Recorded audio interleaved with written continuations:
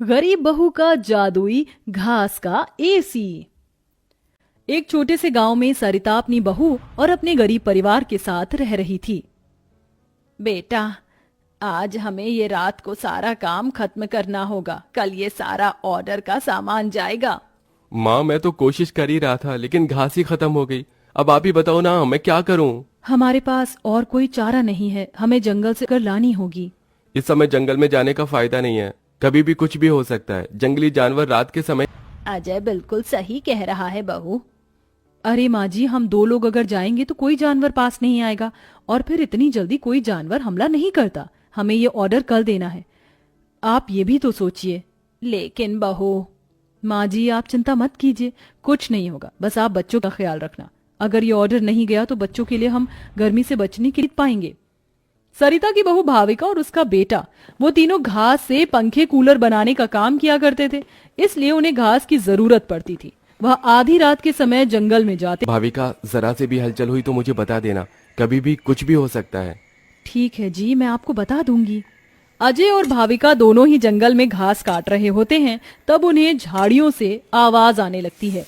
क्या तुमने भी वहां से कोई आवाज सुनी है? मैंने भी सुनी है। मैंने तुम्हें कहा था ना, इस समय आना ठीक नहीं है। चलो देखते हैं उधर क्या है। भाविका और अजय झाड़ियों के पास जैसे ही जाते हैं, उन झाड़ियों के पीछे से एक आदमखोर भेड़िया निकलता है। भाविका, भागो यहाँ से, यहाँ पर तो बहुत खतरनाक भेड़िया है। अज जाकर भागने लगते हैं। अजी, अब हम लोग क्या करें?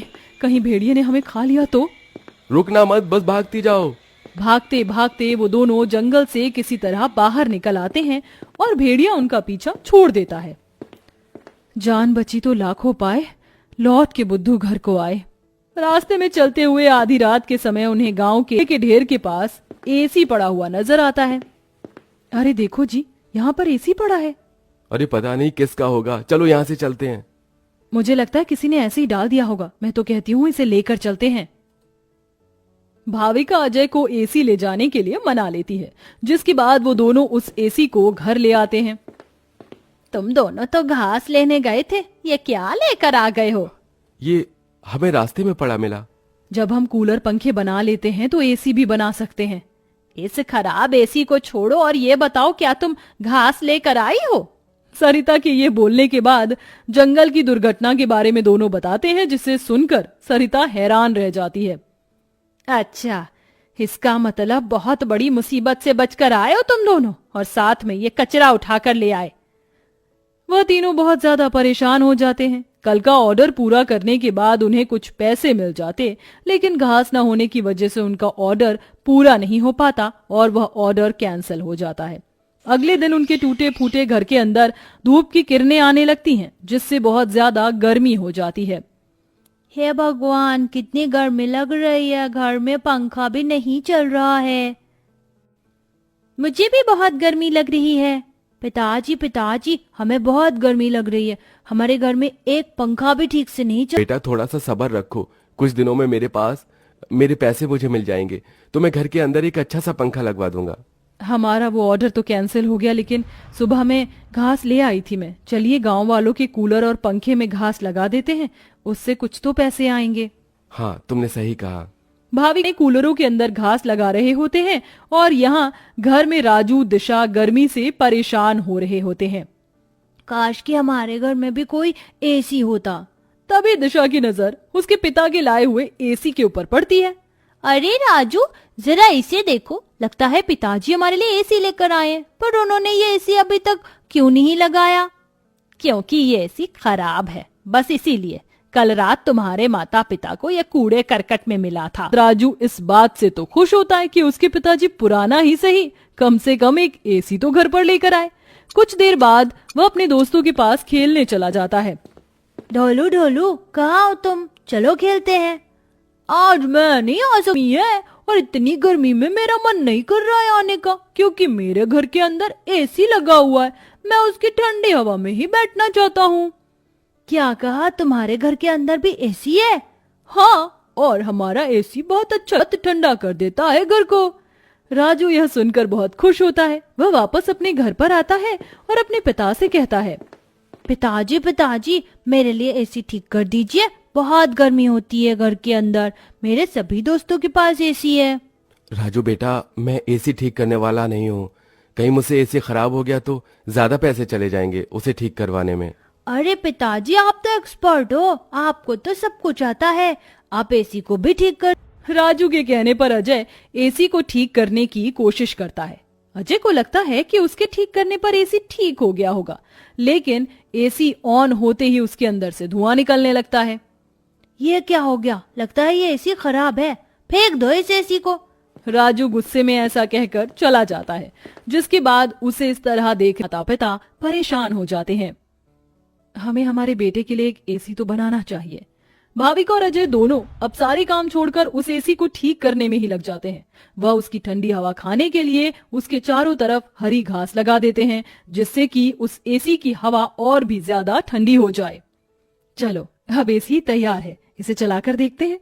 भाविका जैसे ही घास का एसी चलाती है, अचानक से उस एसी के आंख नाक मुंह बन जाते हैं। क्या बात है, तुमने तो मुझे बिल्कुल नए जैसा बना दिया है, लेकिन समझ नहीं आ रहा कि तुमने मेरे ऊपर ये घास क्यों लगाई है। एसी को बात करते हुए देख वो सभी डर जाते हैं। अरे हाँ, सॉरी, मुझे माफ करना, मैं अपने आप को इंट्रोड्यूस करना भूल गया। मैं एक जादुई एसी हूँ, मेरे पास परी लोक की शक्तियाँ हैं, मैं गरीबों की मदद करता हूँ और तुम्हें मेरी बहुत ज्यादा जरूरत थी, लेकिन मैं खराब होने की वजह से अपनी शक्तियाँ इस्तेमाल नहीं कर सकता था। तुमने मुझे ठीक कर दिया, उसके लिए तुम्हारा बहुत बहुत शुक्रिया। माँ, पिताजी देखो, ये एसी तो बात भी करता है। हाँ, कहा, ये तो कोई जादुई एसी है। तुमने बिल्कुल सही कहा, मैं हूँ एक जादुई एसी, बल्कि अब मैं हूँ एक घास का जादुई एसी और मुझे तुमने बनाया है। ये घास का जादुई एसी चलता भी है या फिर बस बातें ही करता है? तभी जादुई एसी के अंदर से ठंडी ठंडी हवाओं के साथ घास के बने हुए एसी निकलने लगते हैं। अरे वाह, इसकी ठंडी हवाओं के साथ इसके अंदर से तो घास के बने एसी भी निकल रहे हैं। यही तो मेरा जादुई कमाल है, मेरी ठंडी हवाओं के साथ तुम्हें घास का एसी भी मिलेंगे। ये तो सोने पर सुहागा हो गया। ऐसा जादुई एसी मैंने कभी नहीं देखा। अब उनके पास इतने सारे घास के एसी हो गए थे जिन्हें वह देखकर सोच में पड़ जाते हैं। आजकल बाजार में एसी बहुत महंगा मिलता है, हम घास के बने हुए सस्ते एसी बेचकर पैसे कमा सकते हैं। सही कहा माँ आपने, पर क्या लोग घास के बने एसी खरीदना चाहेंगे? सरिता यह सुनकर थोड़ी देर चुप हो जाती है। हमें पहले एसी बेचकर देखना चाहिए। इस तरह भाविका और अजय दोनों मिलकर बाजार में घास के बने एसी बेचने के लिए चले जाते हैं, जहां घास के बने एसी देखकर सभी लोग, एसी तो बहुत देखे लेकिन ऐसा एसी नहीं देखा, ये तो बहुत अलग है, घास से बने एसी मैं भी खरीदना चाहूंगी। कितने का है? 1000 रुपए का है। आजकल एसी 30-40 हजार तक मिलते हैं और तुम इतने सस्ते में बिल्कुल कौड़ियों के भाव बेच रहे हो। चलो मुझे एक दे दो। कोमोलिका के खरीदने के बाद वहां और भी देते हैं, इसी के चलते उनकी अच्छी खासी बिक्री हो जाती है और सारे एसी बिक जाते हैं।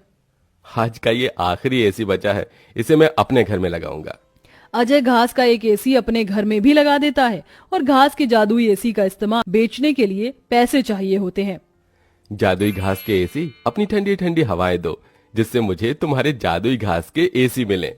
अजय के इतना बोलते ही जादुई घास के एसी के अंदर से ठंडी ठंडी हवाओं के साथ घास के बने एसी निकल आते हैं। इस तरह धीरे धीरे अजय अपना घास के बने एसी का बहुत बड़ा बिजनेस खोल लेता है और धीरे धीरे उसकी सारी परेशानियां खत्म, परिवार खुशी खुशी रहने लगता है।